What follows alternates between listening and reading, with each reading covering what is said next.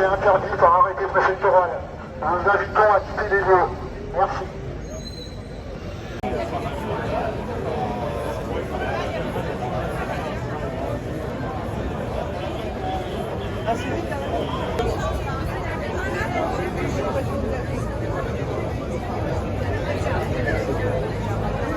Notre responsabilité, ce qui se passe aujourd'hui en Palestine, c'est malheureusement la continuité d'années et d'années de souffrance et de malheur imposés à tout un peuple, je dirais presque à deux peuples.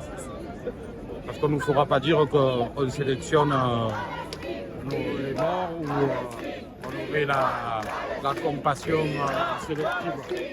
Quand des gens meurent au nom d'intérêts et en réalité touchent plus à la mainmise d'un système, c'est toujours la même chose.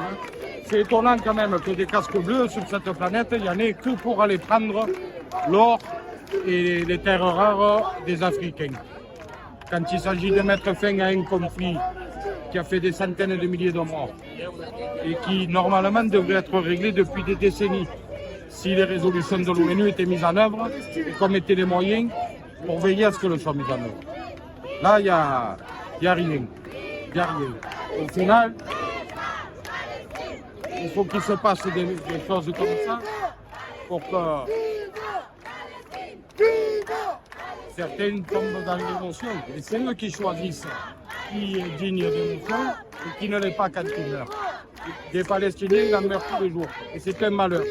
Les Israéliens qui sont morts, c'est un malheur. C'est ni Netanyahou, ni les islamistes qui meurent. C'est toujours les mêmes qui meurent. C'est toujours les peuples.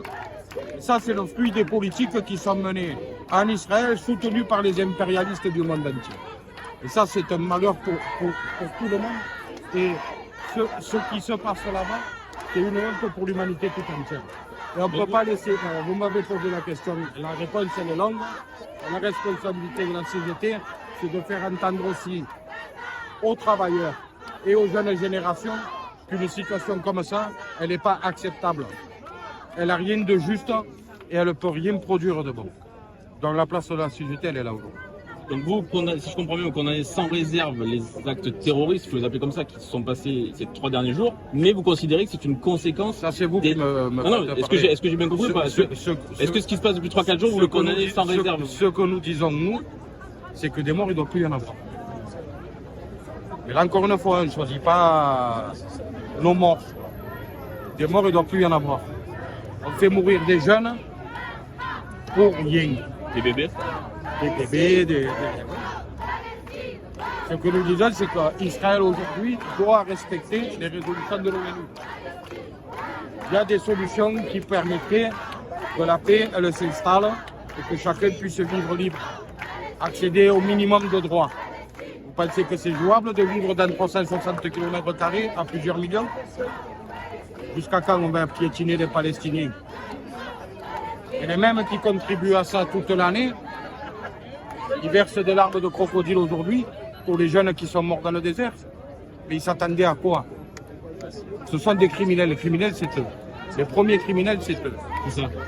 Ceux qui soutiennent les politiques de l'État d'Israël au quotidien.